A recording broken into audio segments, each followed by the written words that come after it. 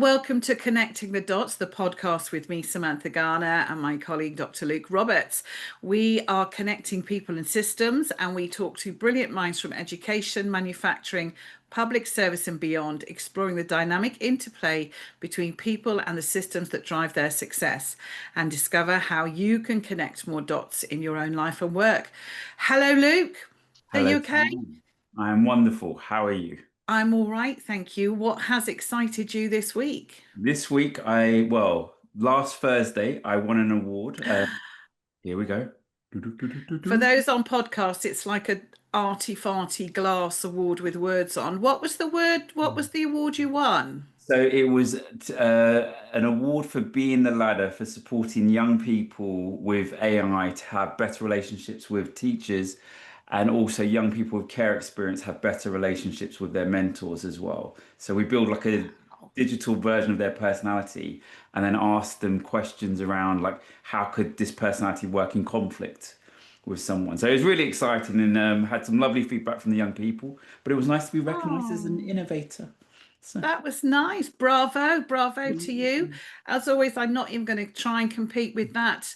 What's excited me this week? I've got a new puppy, and what has Oh, excited me is that I can actually survive on a little bit of sleep at night, just as I could when I had a baby 30 years ago. So I feel I've still got it. So we'll see how long that lasts. So Luke, you have brought our guests to us this week. If you would like to introduce our fabulous duo. okay, well, we've got Dr. Kamaria Fleary, I hope I got that right, Yep. and Dr. Amy Couprie as well, who were both doctors in educational psychology, I'm going to say. Amy studied at the Tavistock and Portman NHS Institute, and Kamara studied at University College London. So they're going to be sharing some of their fascinating PhD findings with us, but also some of the practical experiences they've had working with schools as well. So really looking forward to having them both on the show today. Thank you. Great, thank you. Lovely to be here. Well, I think my first question to both of you is like, what is an educational psychologist? Oh, the $1 million question. What do we do? Do you want to go, Kamara? Yeah, I'll just start by saying I think I just laugh because that is normally the first question we always get asked. What exactly is an educational psychologist? And I think because our profession is a little bit hidden, unless I guess most of the clients we work with are, parents and schools working with children with special educational needs. So unless you kind of meet that criteria, you're very unlikely to kind of come into contact with us. But yeah, that's what we do. We work with school systems and the systems around the child. So that could just be, the community setting, the schools, the nurseries, and supporting those settings and parents to kind of meet that child's needs and giving them kind of evidence-based practice on the best strategies, interventions, and psychological approaches. Yeah. And I might just add that we work at different levels within the systems as well. So we might be carrying out direct therapeutic work with children, such as CBT-based therapeutic approaches or play-based therapy, or sometimes doing assessment work with them. We also, like Mario was saying, will work with teachers and families to think about the support around the child and their environment. And sometimes we work at more of a systemic level, delivering training on sort of neurodiversity, looking at whole school approaches, loads of stuff. So our role is very varied. And I think that's also what makes it interesting as well, because no day is the same. Yeah. Okay, and so could you just give us like a real world example? So I'm a parent, my child is in difficulty. What would it look like working with you on a daily basis? Am I about to have to sit on a couch and, lie down and like say like this is what happened in my childhood, or like what does it look like on a daily basis?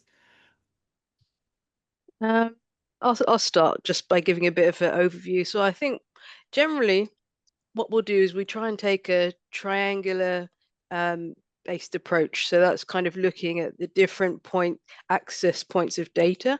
So we'll have a parent-teacher consultation, and that will give us a bit of a background to your child, how they are at home, what are they like, what are their strengths, what are there any areas of need. We'll think about them in the school environment, because we know sometimes children present quite differently at home and at school. And that will just give us a bit of an overview of how they are at school and home. Then we might carry out some direct assessment work based on the consultation. And we'll also meet with the child and young person as well. And we sometimes we carry out observations as well. Kind of depends on the young person's age and developmental needs. But yeah, we try to have as rich a picture as possible to gain insight into what that young person, what their strengths are, what the areas of need, and then thinking about support going forward. Yeah. I'd just add, sometimes that also includes kind of consulting with other involved professionals. So working alongside speech and language therapists, physiotherapists, OTs, pediatricians, whoever else is involved, basically, for that child's needs, sometimes social care.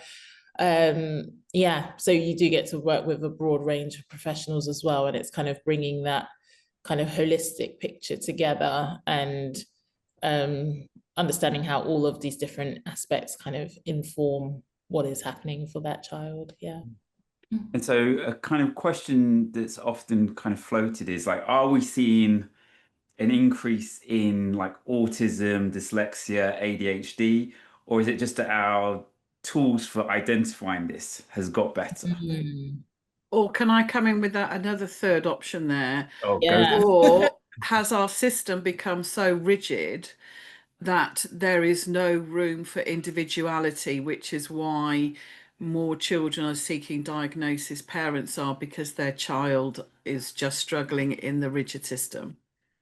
I feel like Sam's just given like a classic psychological response or analysis with, oh, is it number 3? And I think that's so helpful. And I like the way that you put that, because it can be all of those things actually equally, or it could be one thing more than the other. We are not quite sure, but we do know generally in general, the numbers of requests for assessments are rapidly rising year upon year. And it has been that way, over at least the last 5 years, if not longer. It could also be, yes, schools maybe be a bit more, some schools may be a little bit inflexible, I guess, to kind of adjusting approaches and things like that. So sometimes some children are struggling to kind of keep up with the pace of the teaching, of the classroom and the expectations.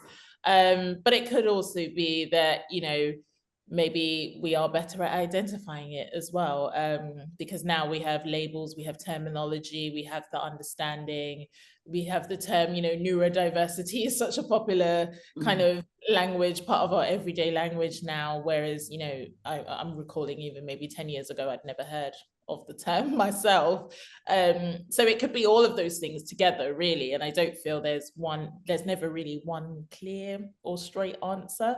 But as I said, the way that you thought about it, Sam, is exactly how we would think about it, like, or is it this, or is it that, or is it, and we're looking at all the possible options and just trying to tease out, all of these things definitely do play a role in how they kind of interlay and overlap to kind of cause the presentation that we're seeing for this child.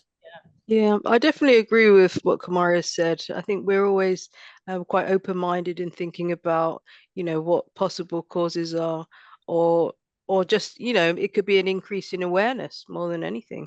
Because one thing I've noticed since the pandemic, and parents had to take more of a key role in their children's learning, was that they became much more aware of children's, engagement with learning, and also, the areas where they were getting stuck and frustrated. And so I think the shift of parents having to take a bit more involvement in their child's learning has also increased that awareness. And I'm seeing a lot more sort of parental requests as well, coming through the system, probably as a result of that awareness. And, there's also that increase in home learning as well, where, like you're saying, Sam, parents are feeling that the system is too rigid to accommodate their child's needs. And so, they're withdrawing their children from the school system altogether and home educating. Do you think, I mean, you've mentioned COVID there. Do you think, I don't know, there just seems to, I hear a lot of people talking about soft parenting post-COVID. And I kind of understand it because, you know, I've always say to people, look, COVID was 2 or 3 years of constant catastrophizing and that we all might die. So we are going to see some psychological backlash to that. Are you seeing sort of potential difficulties in young children because of post-COVID situations, lack of socialization, but also soft parenting and changes in how parenting is taking place post-COVID?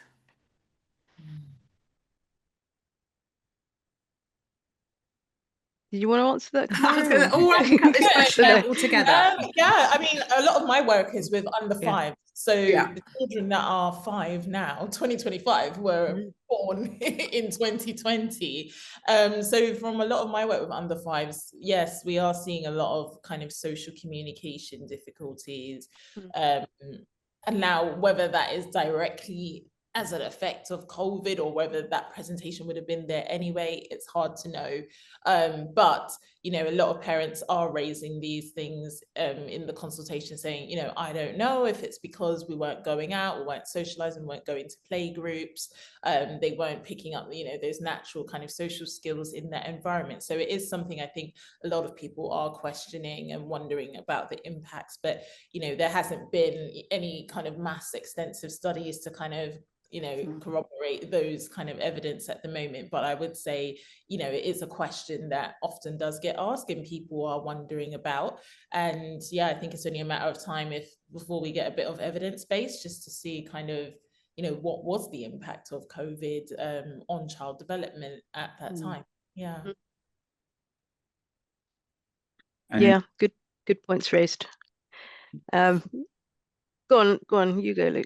Well, and I was going to say, like, and taking Sam's point about soft parenting as well, have like our schools having to deal with parents who aren't so keen to set boundaries now? Is that part of the legacy? Because, you know, one of the things was we were all trapped in houses together or flats or whatever. So suddenly, you know, like keeping them attached to a screen or to watch a video, etc., the effort to do that was quite high. And so then there's this kind of stepping back and going like, well, it didn't matter so much then, so does it matter so much now? It's a good question. I'm not entirely sure. It kind of depends how you define what soft parenting is. Is it sort of being more aware of your child's needs and responding to them emotionally? I mean, I guess that doesn't necessarily mean you don't have to put in boundaries, because we often talk about sort of things like emotion coaching as a strategy for supporting children's behavior and helping them to understand their sort of emotions by sort of labeling their emotions, understanding what the feelings are in their body, and then also being able to do something with those emotions. So helping to soothe them or finding calming strategies and what works for them. So, you know, I think probably a lot has changed since the pandemic. And, you know, some of that, like we were saying previously, is maybe the more awareness of children's needs and being around them that much more. Maybe sometimes it's, yeah, that social emotional well-being as well. Because I know from my research, which we might come on to later, that you know, that social emotional well-being was much more of a priority and higher up on the agenda following the pandemic. I was going to actually ask now, can we hear about what your studies were to get your doctorate and your PhD? Amy, tell us about your thesis. So my thesis was around, I'm trying to get the title right, designated the views and experiences of designated teachers in creating an attachment-aware school. And so that's quite a mouthful. So I'll kind of break it down what all of that means. So designated teachers have a statutory duty within schools for looking after children who are looked after. So that is their primary role. And they often work alongside virtual schools in supporting those young people. And an attachment-aware school, it's become a lot more popular. They can be known by different things, sort of trauma-informed, trauma-informed, oh, the word's gone out of my head now, TIP. Practice. Trauma-informed practice, yeah, so that kind of approach, or attachment-aware schools. And so basically it means that that school has taken on a particular approach. So where I was working when I was a trainee, they decided to be part of these attachment-aware schools, and that meant that throughout a course of a year, the designated teacher would help to implement this project throughout the whole school. So that meant responding to children's social emotional well-being needs through, for example, training staff, creating changes in the environment, such as sort of calming spaces. What else did they do? They had coaching from EPs. So each designated teacher had a EP coach who they would check in with sort of once a month to identify sort of strengths, what's going well, but also barriers, any things that's coming up for them.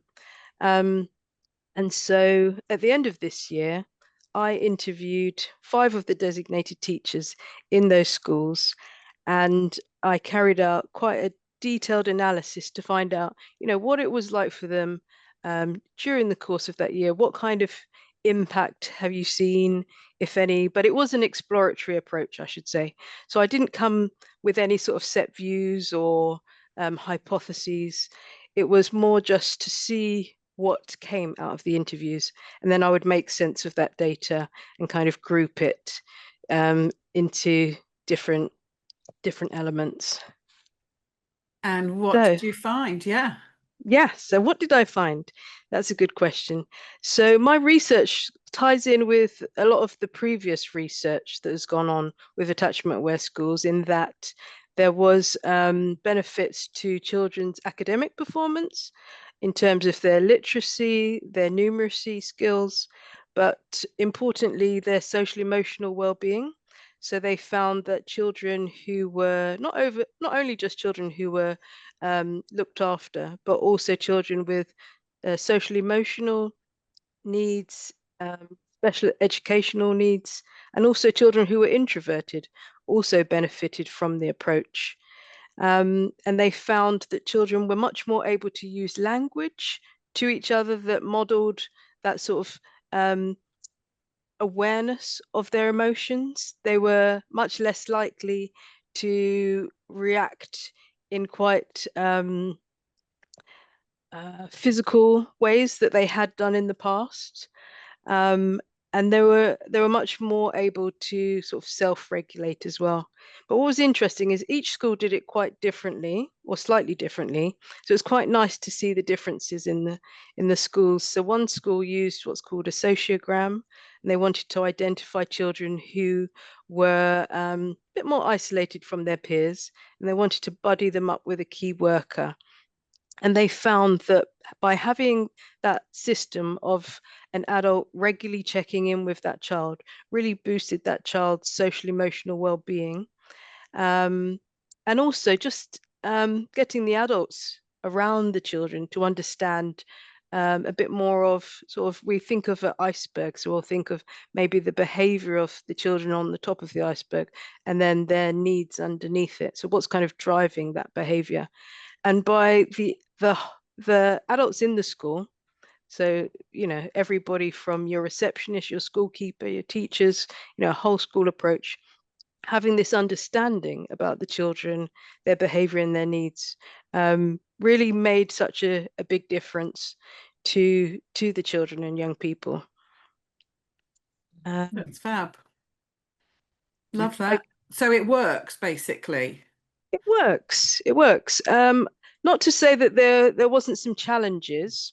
And I guess some of those challenges were that some adults who had come from a punitive system, they were not necessarily that likely to take it on board initially, because they might think, well, I've had that experience growing up, it didn't do me any harm.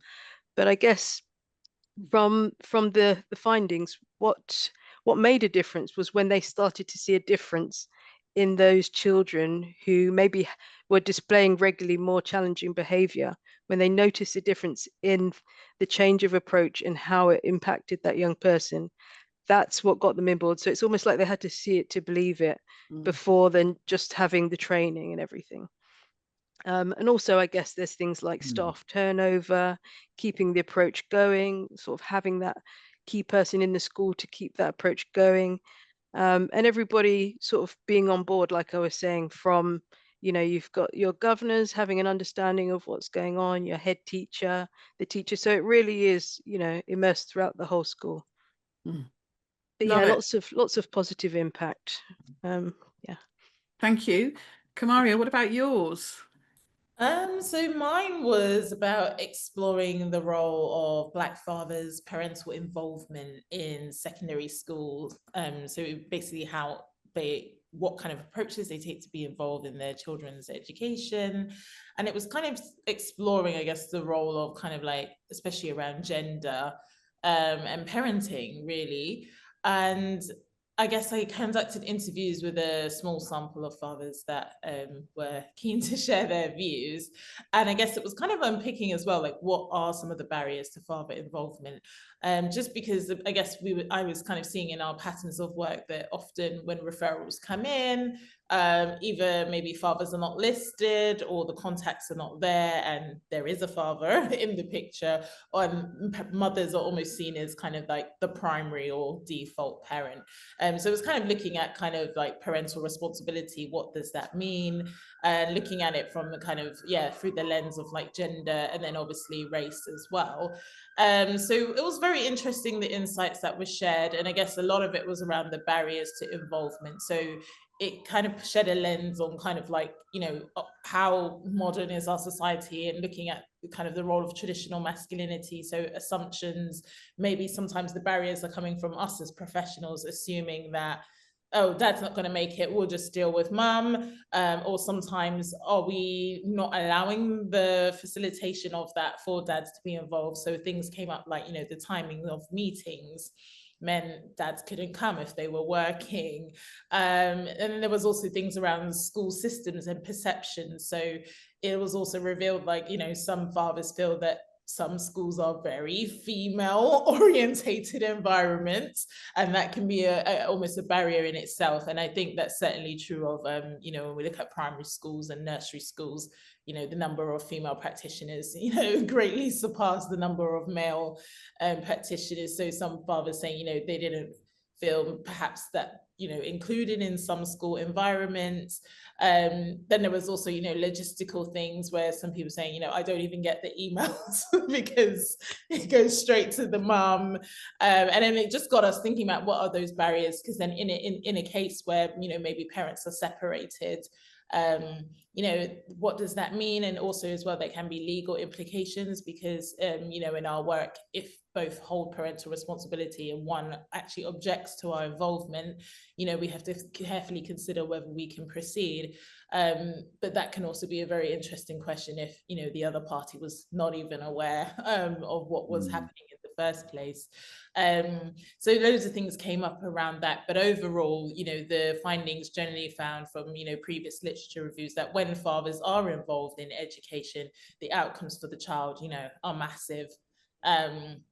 Very great outcomes, especially in terms of academic achievement as well as obviously well-being and the overall being of the child, and also seeing that partnership between parents and schools is massive as well. So it brought up a lot of things around, the barriers to involvement, and just looking at, are the barriers created by the system?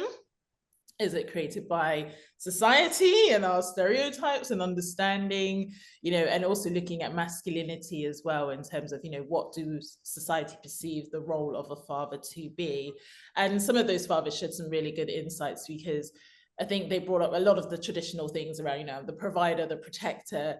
But interestingly, there was like a thread coming through of many of them talking about, it's also to provide love, comfort, support, and kind of delving into more of those kind of, emotional connectedness, which, we may not typically associate with like traditional masculinity. So it was nice to see that shift coming through.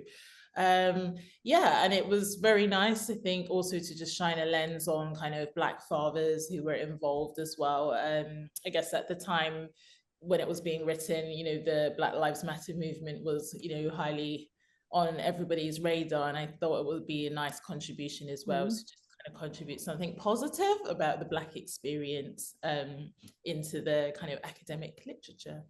Yeah. You mentioned the systems word there, which I know is going to get sort of Luke very excited. But Yeah. I mean, could you just sort of say a couple of, what did you find were the one or the two key, or two or three key elements that settings could do better to connect with Black fathers? Yeah, so I think it was one study showed that, you know, sometimes they found that when they had like a male representative in the school helping with, you know, parent meetings, to just be visibly present, they found that, you know, fathers were more likely to get involved. Now that says a lot in itself, because it, you know, depending on how you interpret it, it might be like, oh, so if it's a woman doing it, they're not going to come. But yeah, but that was an interesting thing that found, you know, and I guess it just lent to that representation of, you know, people like to see themselves kind of reflected back wherever they go.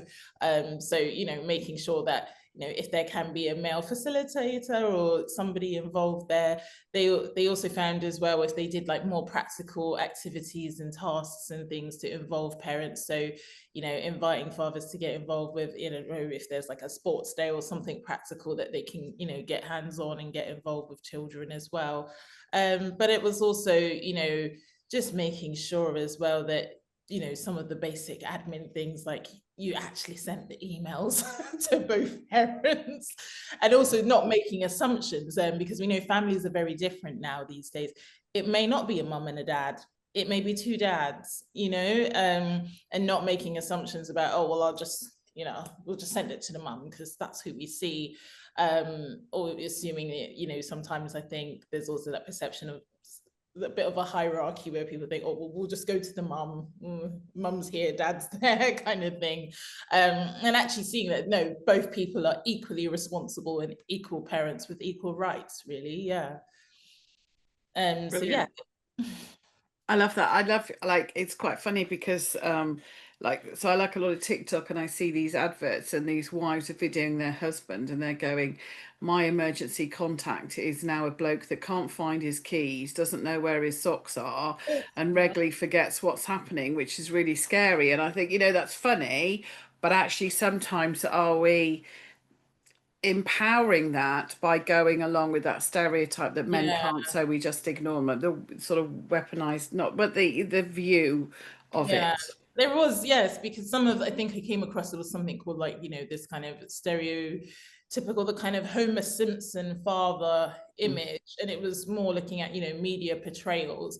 And I guess where they kind of got the Homer Simpson phrase was like, kind of like this idea of incompetency in fathering, and, you know, that's such a harmful stereotype, because, you know, there are children who perhaps maybe their only parent is their father, you know, so, and good enough parenting, isn't it? It's good enough parenting. They haven't got to be in, you know, matching socks and pants, you know, in order to be a good parent, which we can get a little bit. Exactly. So, you know, it's challenging those stereotypes, and it's trying to put kind of those positive perspectives back out there, and, you know, just bringing some of these kind of notions to the idea, you know, bringing these things, which may be also uncomfortable conversations to kind of have with schools and things, like, you know, you're not sending emails to their father, why? And, you know, they might not even realize their own kind of biases, because they'll probably just say things off the cuff sometimes, like, oh, well, it's the mum who we see. And it's like, but have you asked? And sometimes it can be difficult as well to ask those questions, because you don't know if people are divorced, separated, you don't know if there's a blended family, you know, and those are very personal questions sometimes. So sometimes schools can almost, will just avoid kind of asking those questions.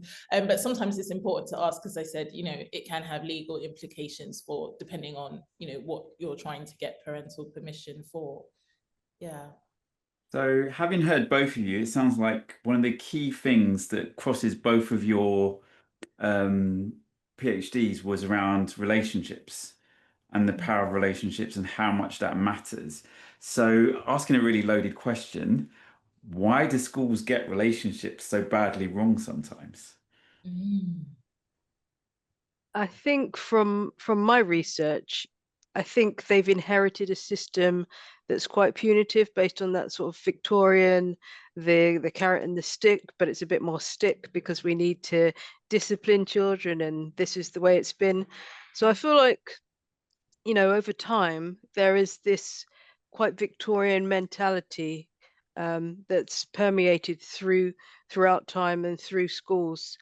And I think sometimes teachers, you know, I was a teacher in the past, and, you know, teachers have phrases like, oh, don't smile before Christmas because, you know, you've got to put in the boundaries. You can't let the children take advantage of you. And, you know, they're maybe a little bit wary of having that relational approach because maybe it means that they could lose control of their class, or maybe, you know, so there's maybe an idealism that by being friendly it compromises boundaries. Not to say those two things can't go together, but, you know, I feel that there's that mentality, and there's also this zero tolerance approach which came from the United States in terms of, I think the approach came from the No Gun School Act, which was about children, you know, a way of preventing children from bringing guns to school.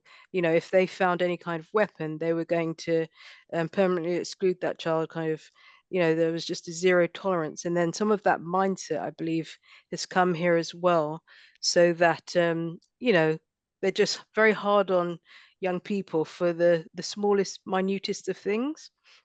And so I think, you know, there needs to be a real shift in the understanding of what helps to support children um, in the longer term and the shorter term, and the real benefit that relationships can have. I find in my work, for the most neediest of children, they really benefit from that relational approach. So yeah. I would agree with that with my practice, and that we have. I read something somewhere that said when we feel that society is failing, we go to more autocratic sort of leaders and systems, and we think by reigning in control rather that somehow forcing compliance is that we are going to achieve it, and it just never ever works. But I just think there's a lot of short-sighted. I've worked with people who have said children only misbehave because I haven't found the consequence severe enough to stop them, and I'm like, well, Yikes. when you find that, go to prison, because they'll be really excited to find out what this is, because it's and that is still a mentality, I think, with a lot of people, unfortunately.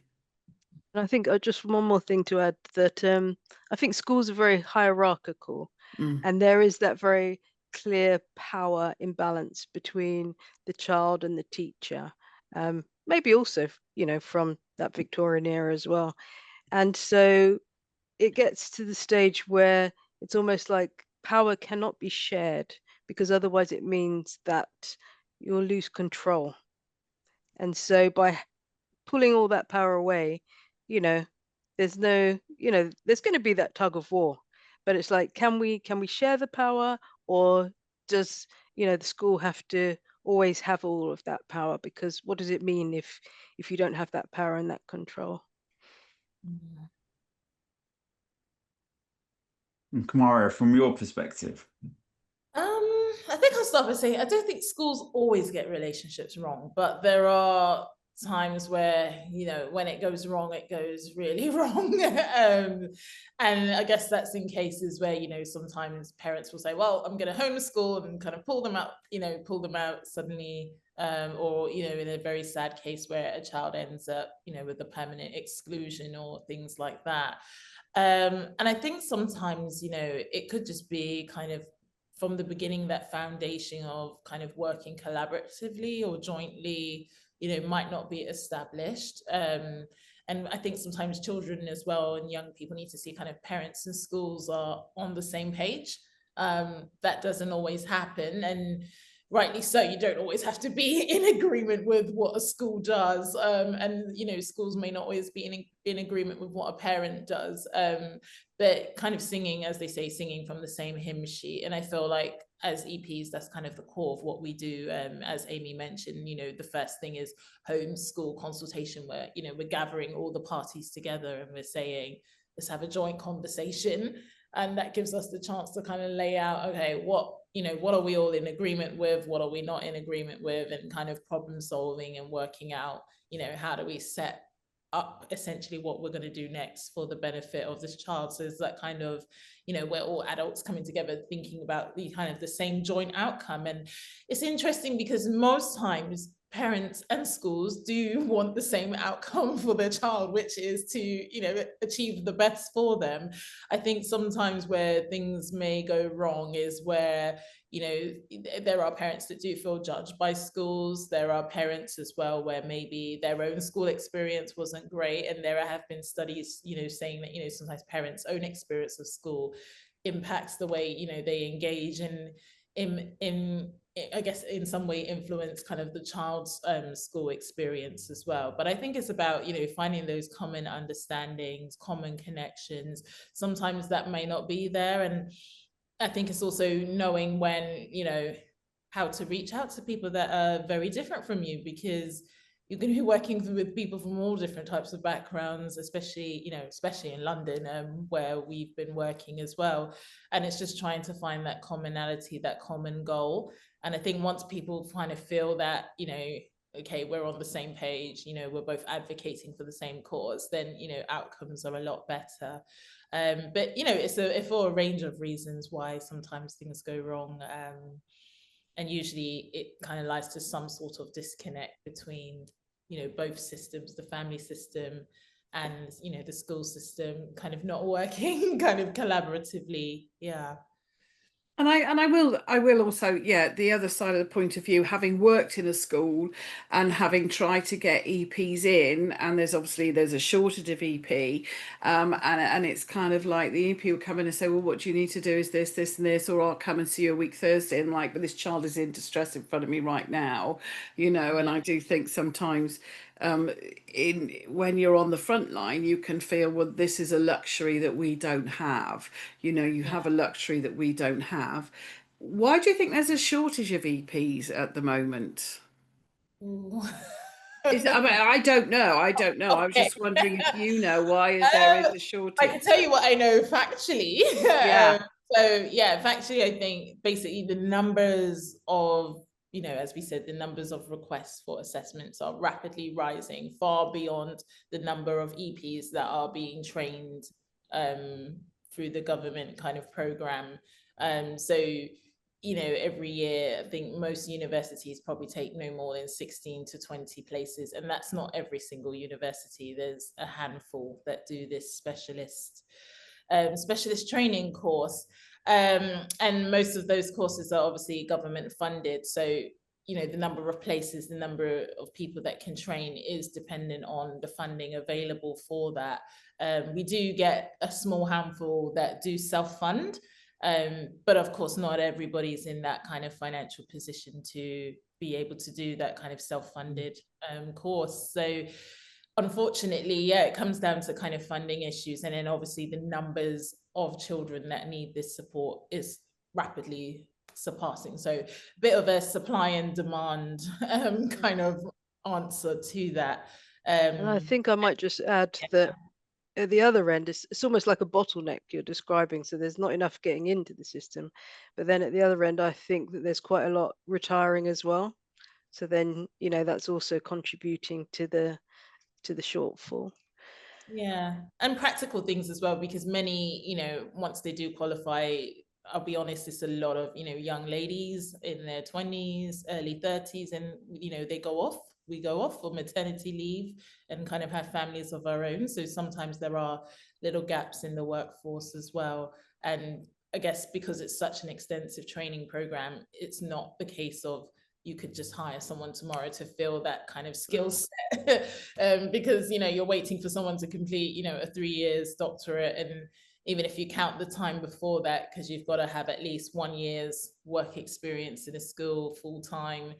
And it's usually a lot more experience than that. I mean, I don't know many people who got in after just 1 year's experience. And then obviously prior to that, you've had to do your 3 years psychology bachelor's degree. And many people in between that have masters, teaching qualifications, and, you know, it's a long journey. So kind of filling in those gaps in the workforce isn't very simple or straightforward. Yeah. So could AI solve that problem then? There it is. There it is. He's been itching. He's been itching to ask that. Absolutely not. Maybe one day, you know, if AI got really, really, really good, you know, in about 50 years' time when I'm retired, stop stealing my job. You know, it's interesting you asked that, because there was a show on yesterday. I don't know if you saw it. It was about whether AI could take our jobs, and they had a solicitor. Did anyone see it? They had a solicitor's job, and they had an AI doing it, and then they had an actual person. But the actual person won because the AI was a bit too formulaic, and it didn't sort of cover those nuances, which I guess somebody in the profession would know. And they also had somebody who was doing a kind of backing track to a video of a paraplegic man who was swimming with sharks, and they felt that the AI generated one was just kind of music that kind of set that mood, but it didn't respond to the man's interactions with the shark and what was happening in the video.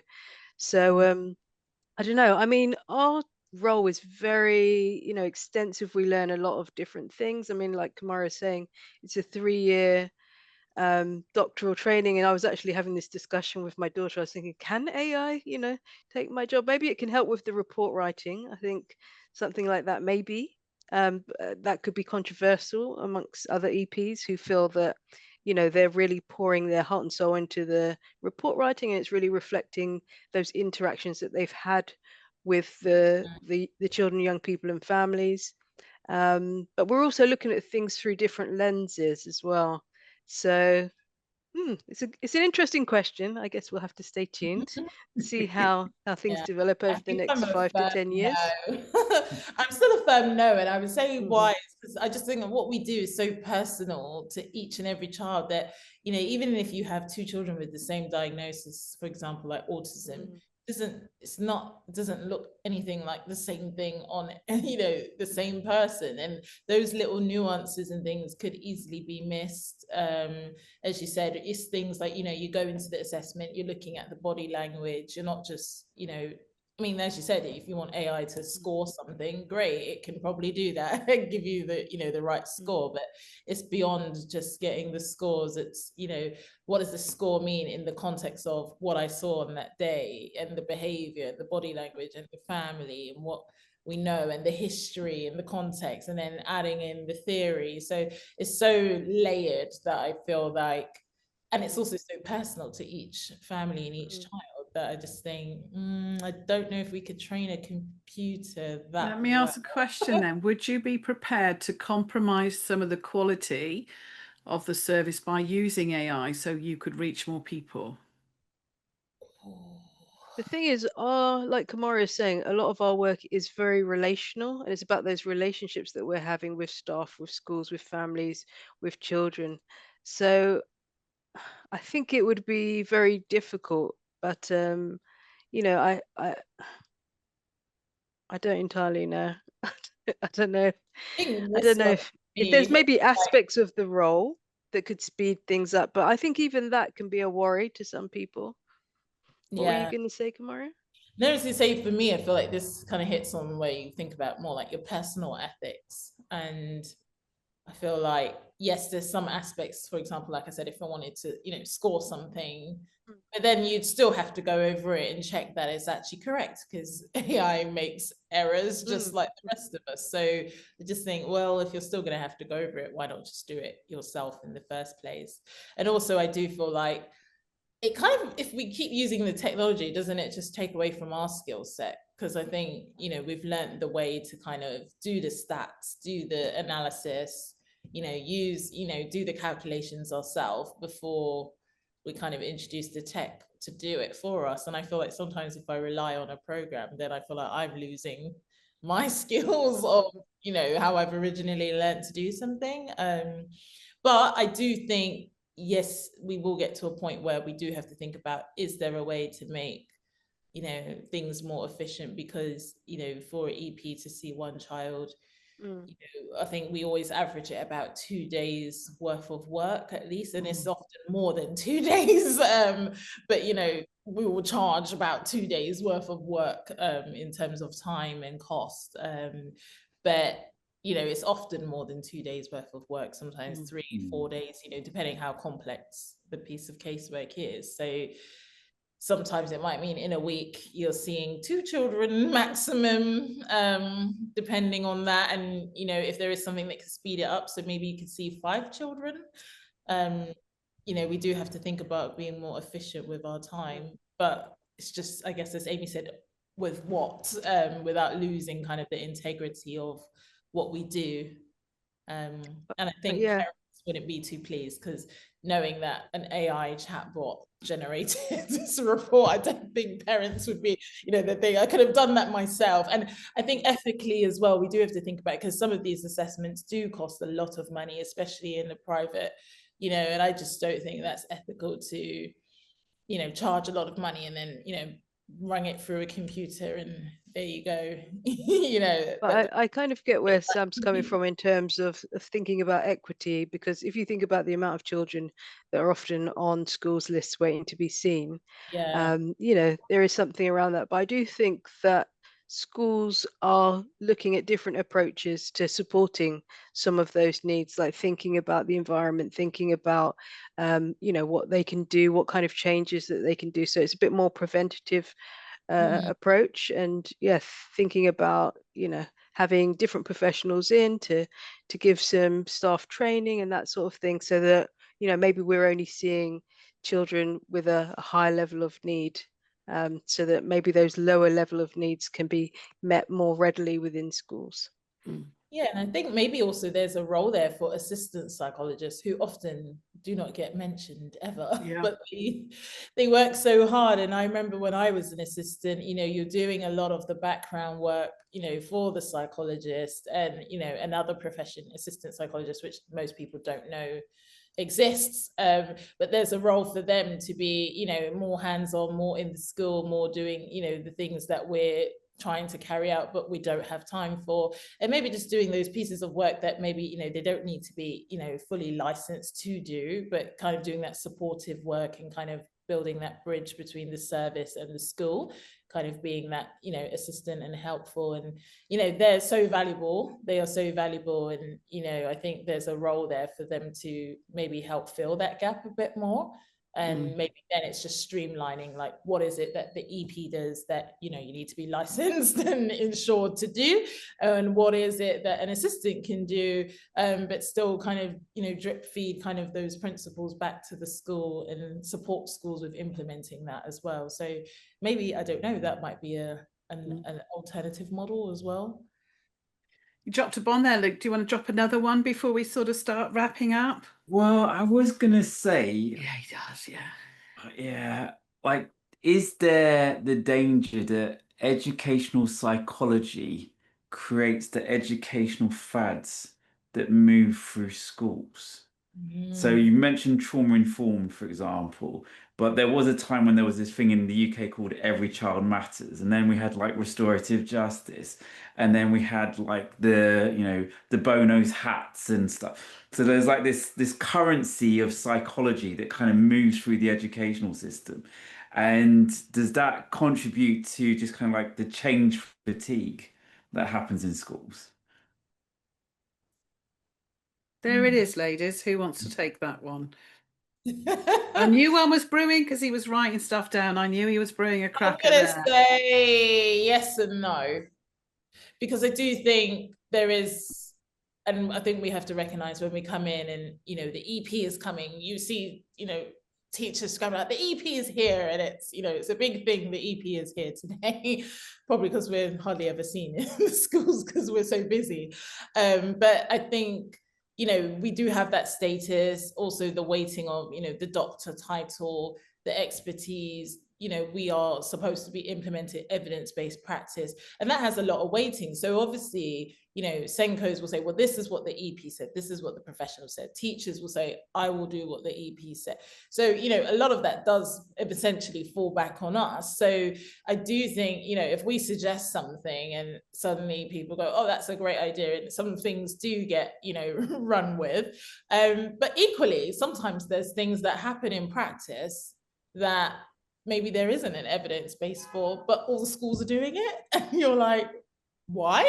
And where did it come from? And you're a bit puzzled.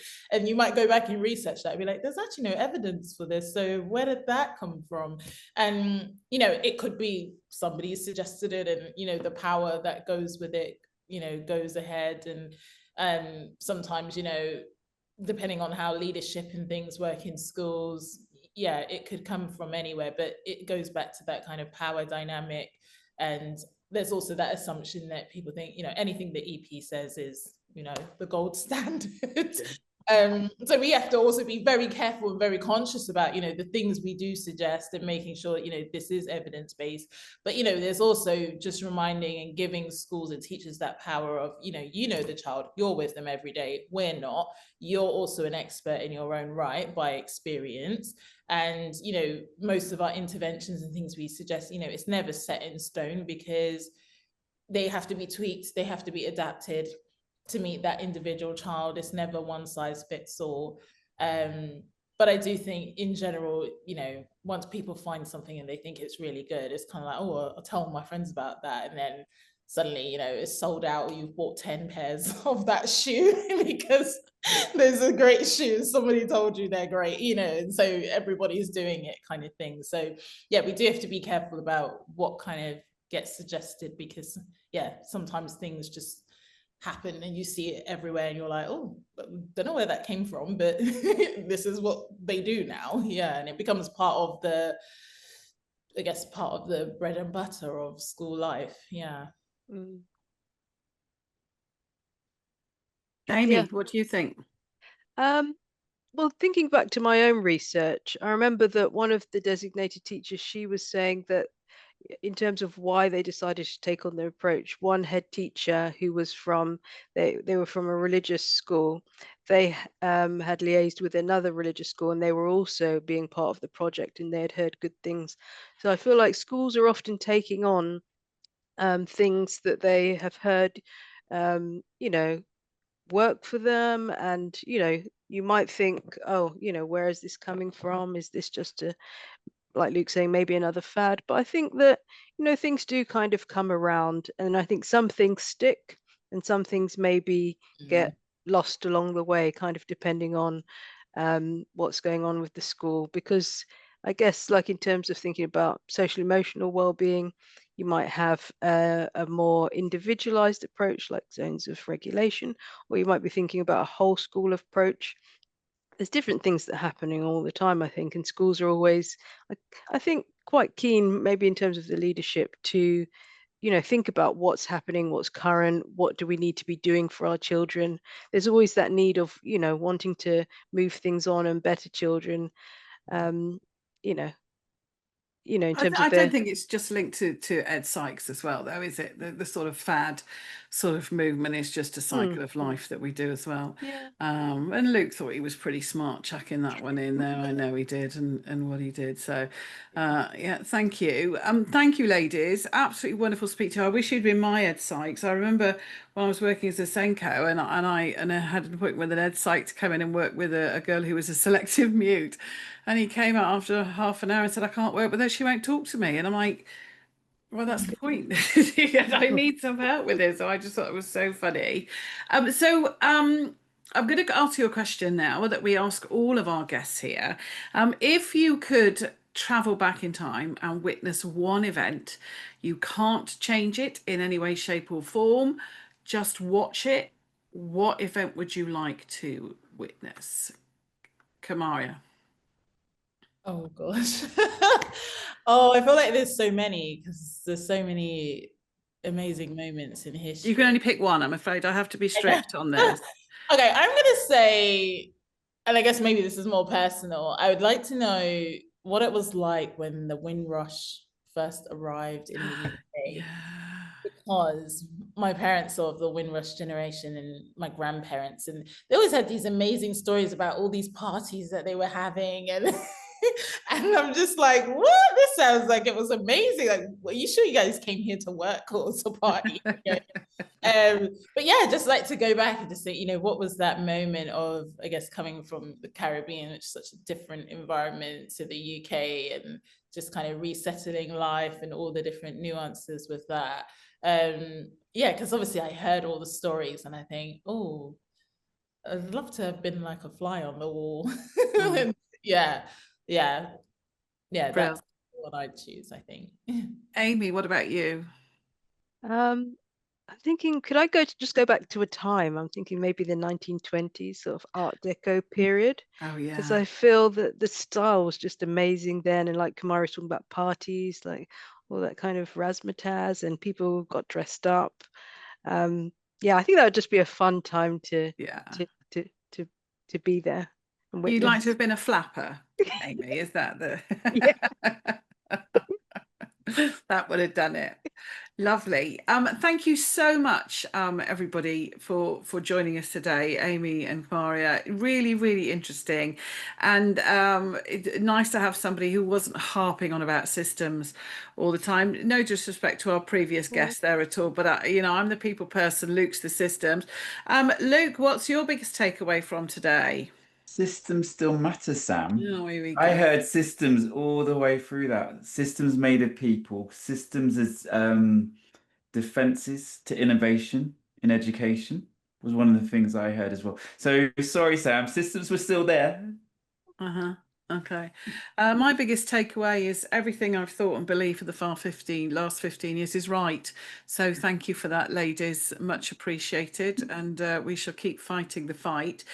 Is there anything you would like to promote? Do you have books? Do you? Or I think you're quite understated potentially, ladies. I've got you need pieces to of research. You can Google me and you can find my research. It's out there. Yeah, I'm sorry, I haven't published anything, but in the future I would. So maybe just keep an eye out for me. Maybe some children's books or something. Yeah, do that.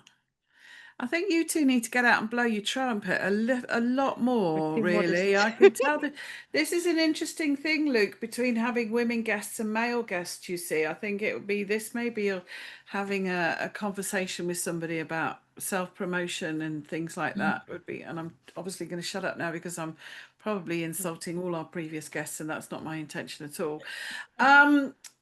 Thank you very much for listening today. Thank you, Amy and Kamaria, for joining us.